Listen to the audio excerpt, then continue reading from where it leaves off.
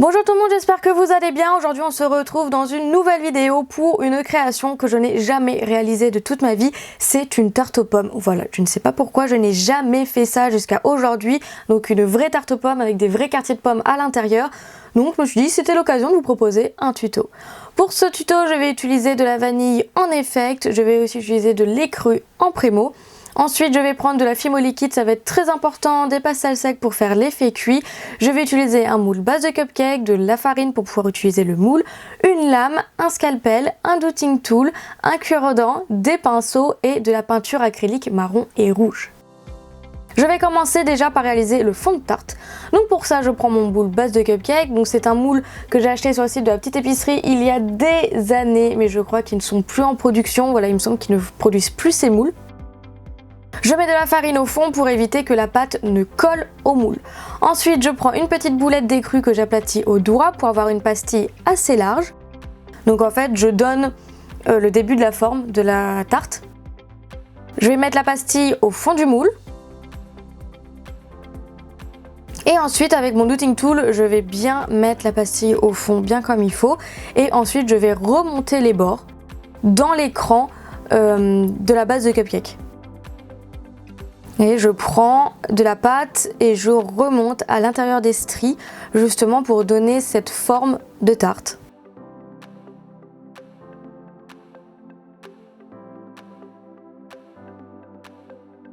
Et ensuite pour décoller, je viens faire la même chose à l'envers. Je pars du haut et je remets la pâte à l'intérieur.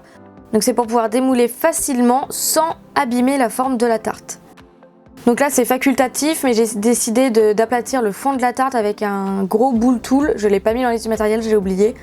Mais en gros je viens lisser l'intérieur pour que ce soit un petit peu plus lisse. Une fois qu'on en est là, je viens donner plus de couleur à ma tarte. Donc pour ça je prends mes pastels secs et crus et marron. Donc je commence toujours par la couleur la plus claire à la plus foncée. Donc je commence par les crus et j'en mets partout.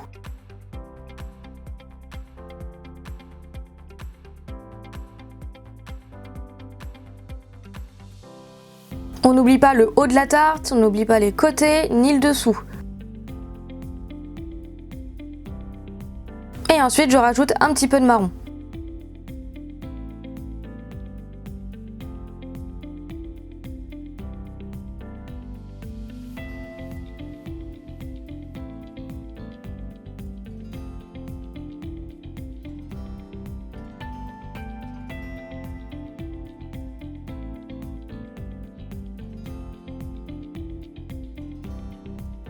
Une fois que c'est fait, on va pouvoir la mettre à pré-cuire au four à 110 degrés pendant environ 5-10 minutes, mais pas plus.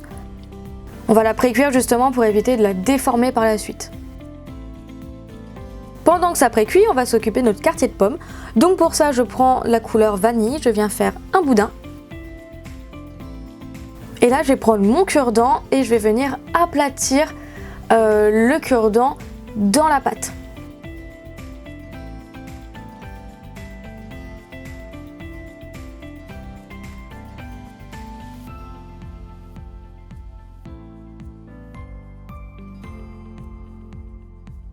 En fait, on va réaliser une sorte de canne quartier de pommes.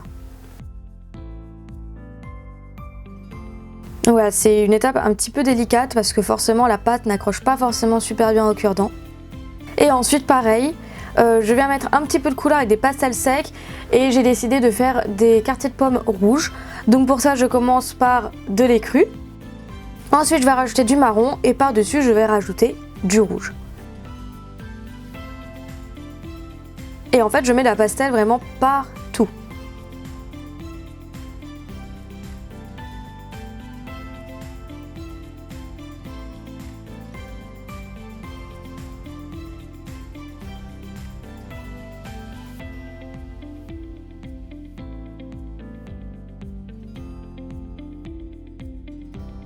Après si vous voulez vous pouvez faire des pommes vertes en rajoutant du vert, des pommes golden et tout ça.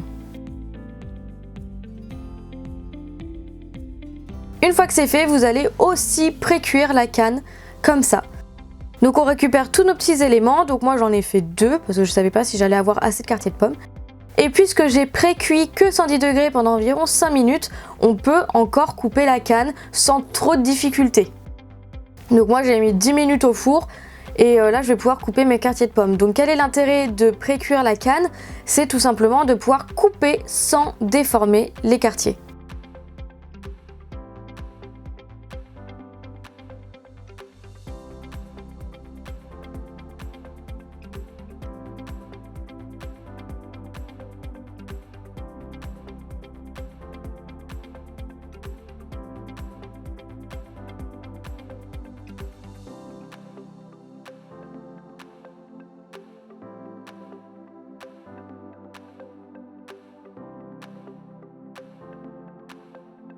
Et c'est là en fait où nous allons remplir la tarte.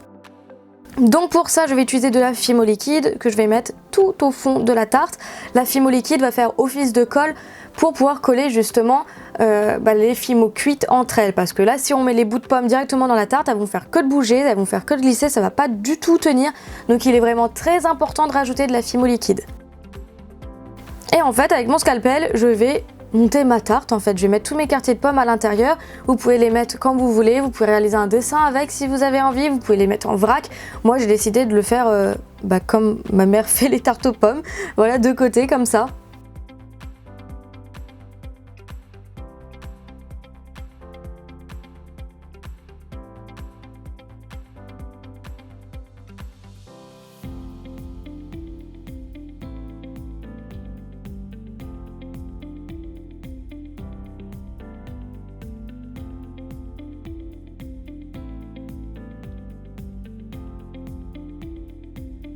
Prenez votre temps, vous pouvez vous aider d'un cure-dent. Si vous pensez que vous manquez de Fimo liquide, vous pouvez en rajouter. Moi j'en ai rajouté au centre.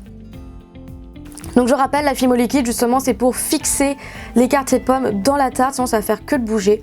Et voilà le résultat après avoir mis mes quartiers de pommes. J'aime déjà beaucoup. Et une fois que ça vous convient, vous pouvez mettre au four à 110 degrés pendant 30 minutes.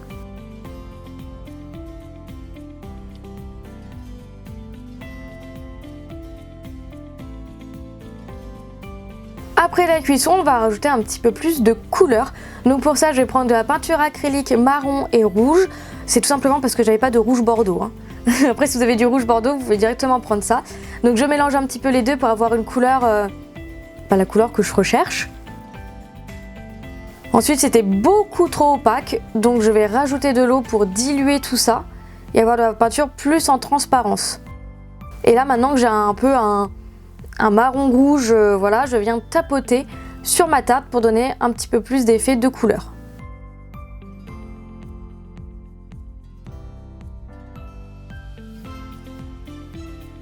Donc j'en mets sur le bord de ma tarte, un peu au-dessous. Et vous allez voir, je vais aussi tapoter un petit peu sur les quartiers de pommes pour faire comme si elles étaient passées au four et qu'elles avaient un petit peu cuites. Mais je tapote, je peins pas, c'est juste pour donner un petit effet de couleur. Voilà à quoi ça ressemble, je trouve que ça rajoute plus de réalisme et je sais pas, j'aime bien comme ça. Après à vous de voir si vous voulez rajouter l'étape de la peinture ou pas, c'est selon vos goûts.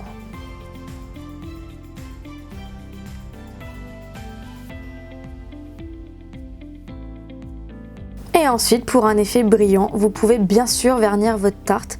Donc moi j'ai verni avec la laque brillante de Graines Créatives parce que ça donne un effet vraiment éclatant. Et voilà ce que ça donne. Et franchement, pour une toute première tarte aux pommes, je trouve ça plutôt pas mal. Je comprends pas pourquoi j'ai attendu des années avant d'en faire. Avant mes tartes aux pommes, je prenais une canne pomme déjà toute faite et je les mettais dans la tarte, mais ça ressemblait pas du tout à ça. C'était pas des quartiers de pommes, c'était vraiment une pomme entière. Et du coup, ça rendait pas très bien. Et là, je trouve franchement, on n'est pas trop mal. Dites-moi si ce tuto vous aura inspiré, si ça vous aura donné envie de réaliser des tartes aux pommes en Fimo, pas à manger. Enfin, quoique si vous avez envie d'en faire pour le goûter, n'hésitez pas à me le dire également en barre de commentaires. En tout cas, j'espère vraiment qu'il vous a plu, que vous aurez bien compris toutes les étapes. En tout cas, si jamais vous avez des questions, vous pouvez me les poser en commentaire, je serai ravie d'y répondre. Et je vous fais plein de gros bisous et on se retrouve bientôt pour une prochaine vidéo. Salut!